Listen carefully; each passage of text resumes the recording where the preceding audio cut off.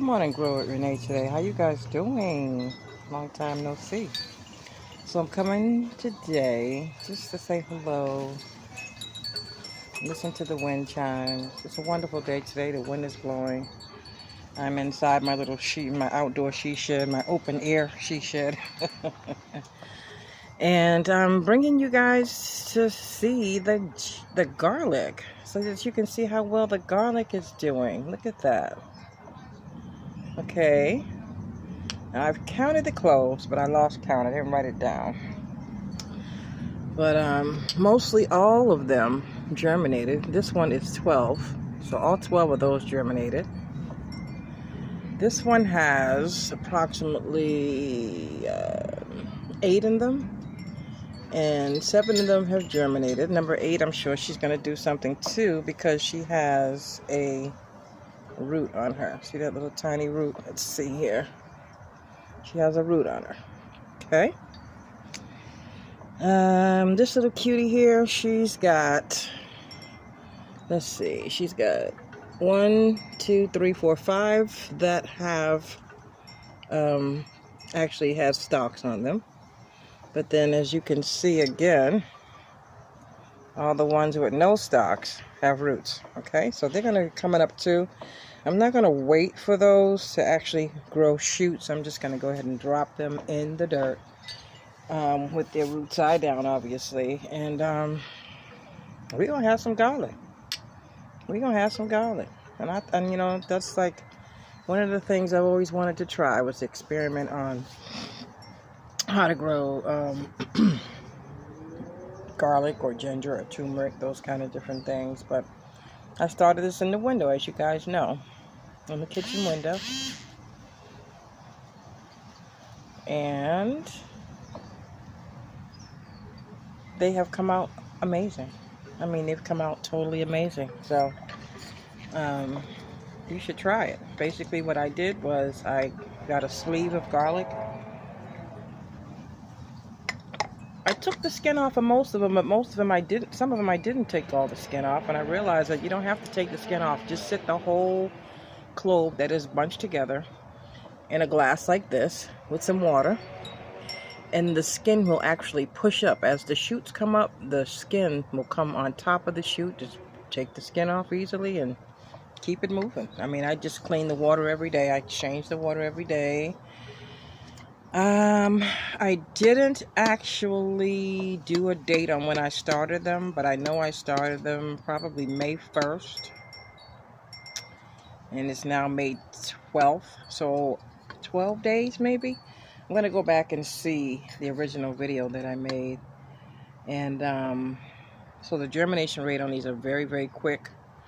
Now, I don't know the next step to this other than just putting them in some soil. I don't know how tall they're going to grow. I don't know if they're going to grow I don't know if they're going to grow flowers. I don't know anything about garlic. So, I'm winging it like I've done the rest of my garden. I very seldom do a lot of research before I plant something. I look at my zone. I look at my Farmer's Almanac. I look at, you know, the instructions that come on a seed packet as far as shade and sun and all that stuff is concerned. But other than that, I just take a seed and drop it. And now I just have a whole front yard. I have 2 side gardens now. I want you guys to see. I have a whole bed of red giant mustards that basically germinated in like one day. I've got some turnips that I've transplanted. I've got some Brussels sprouts that I've transplanted. I got some cabbage that I have to transplant. So, and this is really my first time ever doing sets. You know what I mean? Like just putting them in these little thingy-wingies and then uprooting them and putting them in a bigger pot later. I've never done that before. So I'm realizing that this can be very, very, very time-consuming, but it also gives you an abundance of whatever it is you're trying to plant. So if you know it's just 2 people in your family, you might want to be careful about how many cabbages you try to do. I mean, I know you want to try to see if that cabbage actually makes it, but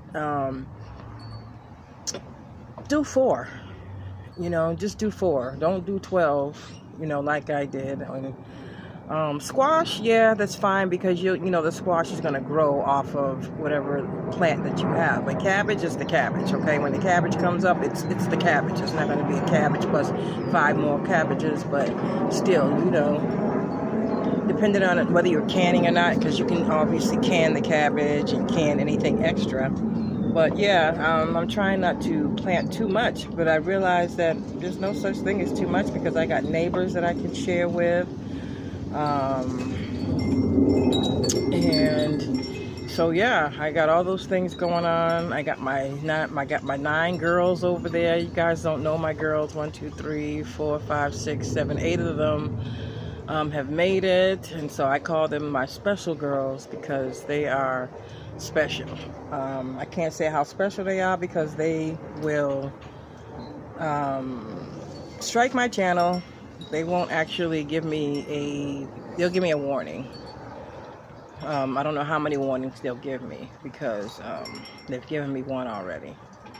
So I can't tell you what they are. But I also have these lettuce heads that I purchased, and I purchased those as sets. So I went to my local nursery and I bought some lettuce, and I mistakenly, you know, when I transplanted the lettuce, I always have to remember that when you transplant something, or you have to remember when you transplant something, it has to do a regrowth. You know what I mean? So it's going to die down first before it perks back up. And so I did that with my lettuce, and a lot of the leaves dried up on the tips, and I just thought, you know, maybe the sun was too much on them, but I realized that they were just getting reacclimated to the amended soil that I had given them. So now they're doing wonderful. I harvested most of my winter kale, the kale that I did last winter. I harvested that and made a big old pot inside my pressure cooker. I had a nice big pot with some smoked turkey wings. And when I tell you that kale was delicious, I need to go in there right now and go heat some up. Maybe with a lamb chop or something like that. But yeah, so I harvested that, and the tomato bush that keeps on giving, she needs to be harvested again. I'm gonna go over there and harvest her, because you know, every day I'm harvesting salads and scallions, and I'm harvesting. I got some jalapenos over there that need some harvesting. So every day when it's time to eat, I just come out and harvest what I need. I harvest my rosemary, harvest my sage, and I had to move my sage because her leaves started curling up, and I don't know if she was getting too much sun, because you know, here in San Diego it's just gonna get hotter and hotter. I mean, it cools off at night, but in the daytime it just gets extremely hot. So I moved them on the side of the house, and they look much better. I uprooted my fig, because when I purchased my fig tree, and unfortunately I don't know what kind of fig, but when I purchased my fig tree, I didn't uproot her and put her in I didn't mend her soil. I didn't take her out of the original bucket. And when I bought her here, she was producing figs. So this year I took her out of her original bucket and amended her soil, and I put her on the side of the house, and she's loving it. I have a cherry tree. She was drooping very bad, so I went over to her, you know, and amended her soil. I gave her some good stuff, and now she's perked up and she's happy. My moringa, she's the one that she came here originally. She had, you know, greenery on her. I pruned her down, which I probably shouldn't have done, and since I pruned her down, she has nothing. She has no leaves. She's just stagnant. So I amended her soil and moved her away from where she was too, giving them a new home. I feel like it's like us, you know, when we move into a new place, we feel invigorated, we feel different, we feel whatever. So I figured I would move them so that they could experience a different perspective. My volunteer pomegranate tree, she is now about 7 feet, 8 feet tall, and she's no longer growing out. She's going straight up. Let me see if I can let you see her now. You see her? Yeah, she's growing straight up now. I've been pruning her, and I guess I pruned her in the right direction because now she's doing what I want her to do.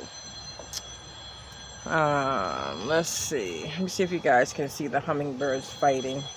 That's just what they do. They fight over all this water, and it's not necessary.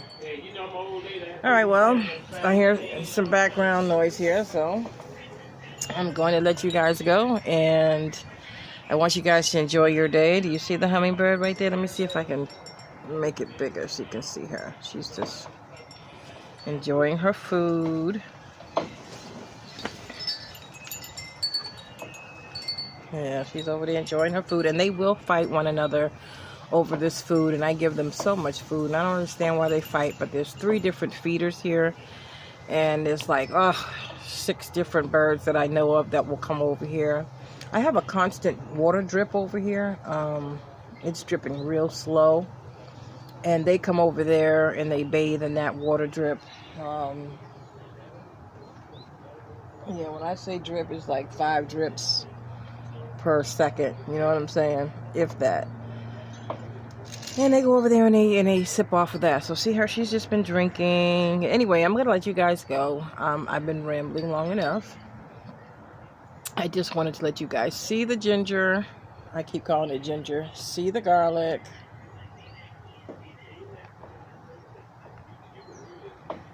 So you can know how easy it is to start garlic in your kitchen window. Okay, so remember to do your best, guys. Be blessed, grow something, enjoy what you're doing, but also not get yourself too involved in what's going on in the outside world right now. Gas up your tanks, collect your water, get a subscription to a water company, get your bottled water stacked, test all your equipment, all your generators, test your everything, your solar panels, test all the things that you have for emergency, because what the Most High said was going to happen is happening. So if you read anything about in your Bibles or in your Apocryphas or in your Book of Jasher or Enoch's, your sealed portions, your sealed Book of Mormons and things like that, you will know what time it is in this world. So when you see things happening, if you stay close to the Most High, you'll know that they're not for you. They're not for you.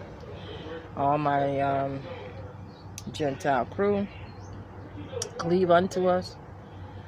Stop hating us. You don't know who we are.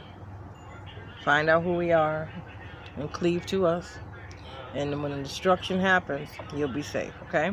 All right, guys. I gave y'all a little deeper lesson into who I am. At some point, I'm gonna start using my Hebrew name. I introduce myself to you guys as Cassie Renee, which is my name, but my Hebrew name is a little different. And again, guys, just keep growing, okay? Keep growing, and don't forget, your first fruits are important. Bless your garden, pray over your garden, and share your garden. Whatever you do, share your garden. You have to share your garden. Don't keep everything that you have to yourself. Okay? Much love and much respect. I love you guys, and I pray that you just enjoy the rest of your day, the rest of your week, and the rest of your life. In Yahushua's name, have a blessed day.